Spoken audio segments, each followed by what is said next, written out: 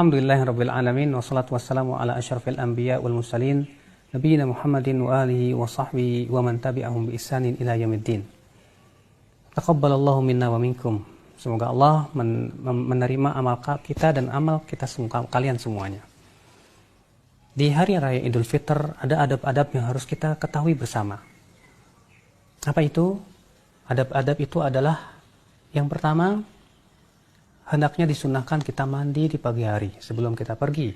Sebagaimana dalam riwayat Ali yang dikeluarkan Imam Al-Baihaqi, bahwa disunahkan mandi sebelum kita pergi menuju sholat Id. Kemudian yang kedua, di hari raya Idul Fitr kita berusaha untuk memakai pakaian-pakaian yang bagus. Disebutkan dalam hadis bahwa Rasulullah SAW memiliki baju yang khusus untuk Idul Fitr atau untuk hari raya dan menerima tamu.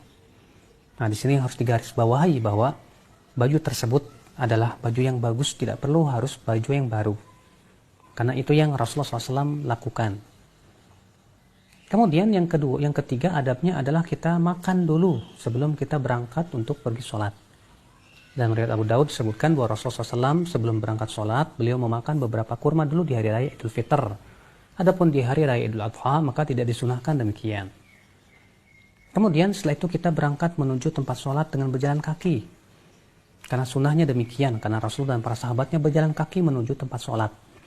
Ya, kecuali kalau memang sholat tempatnya sangat jauh.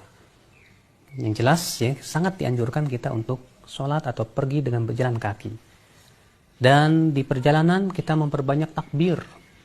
Allahu Akbar, Allahu Akbar, Allahu Akbar, la ilaha illallah, Wallahu Akbar. Allahu Akbar, walillahil hamd.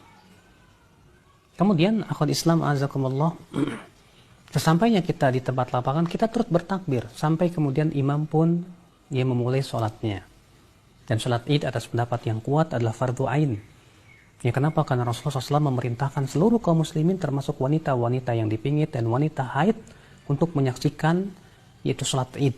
Dan ini menunjukkan hukumnya fardu ain, kata Syekh Utsaimin rahimahullah. Kemudian setelah selesai sholat, disunahkan kita untuk mendengarkan khutbah imam.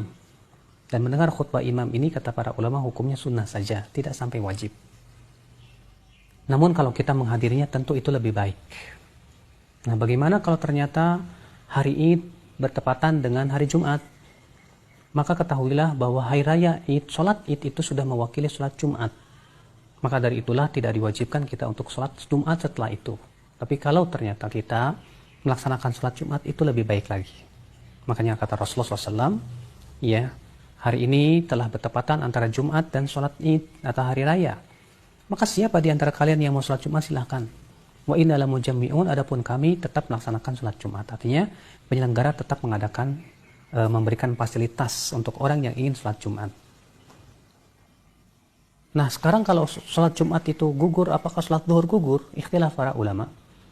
Pendapat yang saya pilih, wallahu a'lam, bahwa sholat zuhur tetap tidak gugur. Karena yang digugurkan adalah sholat Jumat saja.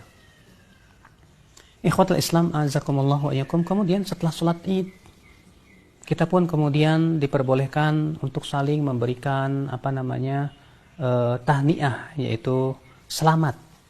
Sebagaimana Ibnu Hajar menyebutkan dalam Fathul Bari, dahulu para sahabat memberikan tahniah satu sama lainnya dengan mengucapkan taqabbalallahu minna wa minkum. Semoga Allah menerima amalan kami dan amalan kalian. Dan Syekhul Islam Taimiyah mengatakan bahwa tahniah atau pemberian selamat itu tidak harus taqabbalallahu minna wa minkum. Ya, maka boleh dengan ucapan-ucapan yang menunjukkan kepada ucapan selamat. Kalau di Indonesia, ya, contohnya minal aidin wal faizin. Ya, semoga termasuk orang-orang yang kembali dan orang-orang yang sukses.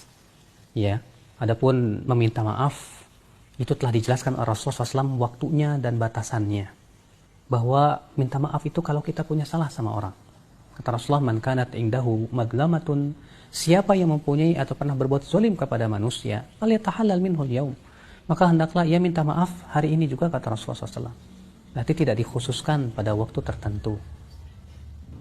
Dan pada hari raya Idul Fitri maupun Idul Adha, sangat dianjurkan kita memperlihatkan kegembiraan. Dahulu Rasulullah SAW dan para sahabat memperlihatkan kegembiraan, di mana para sahabat memainkan pedang-pedang dan tombak-tombak mereka yang disebut dengan hirab.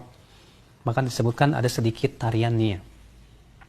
Demikian pula Aisyah radhiyallahu anha di rumah Rasulullah memanggil beberapa anak kecil untuk memukul rebana dan bernyanyi. Ketika Abu Bakar masuk dan Abu Bakar pun kemudian mengingkari. Kata Abu Bakar, "Ya mazamir min mazamiri syayatin fi baiti Rasulillah." Apakah seruling-seruling setan ada di rumah Rasulullah? Maka Rasulullah SAW pun bersabda kepada Abu Bakar, "Da'hum ya Abu Bakar, biarkan mereka ya Abu Bakar. Karena setiap kaum itu ada hari rayanya dan ini hari raya kita." Artinya untuk di hari raya tidak apa-apa. Ini menunjukkan betapa kita sebagai kaum muslimin disyariatkan untuk memperlihatkan kegembiraan kita, kebahagiaan kita di hari Id. Akhul Islam azakumullah. Kemudian bagaimana dengan saling mengunjungi sesama keluarga, memperlihatkan kegembiraan, maka itu diperbolehkan. Karena dalam hal ini tidak ada batasannya dalam syariat. Kalau kita saling mengunjungi ke keluarga, memperlihatkan kegembiraan, ya, namun tentunya ada batasannya yang harus kita perhatikan. Jangan sampai orang yang bukan mahram saling berjabat tangan. Yang kita lihat di masyarakat, ya, wanita, laki-laki yang bukan mahram saling berjabat tangan. Ini perkara yang tidak benar dalam syariat. Disebutkan dalam hadis, kata Rasulullah dalam riwayat Imam Ahmad, "La an yut'ana ra'su ahadikum bihadidah." Lebih baik kepala seseorang ditusuk dengan jarum besi daripada dia memegang wanita yang bukan mahramnya. Nah, inilah akal Islam azakumullah wa iyyakum di antara adab-adab berhari raya Idul Fitr. Semoga kita termasuk orang-orang yang diterima puasa kita dan kita pun bergembira nanti di hari raya Idul Fitr, dan kemudian kita menjadi orang-orang yang sukses dan menang mendapatkan pahala Allah yang besar. Subhanakallah bihamdik, asyhadu an la ilaha illa anta astaghfiruka wa atubu ilaik. Wassalamualaikum warahmatullahi wabarakatuh.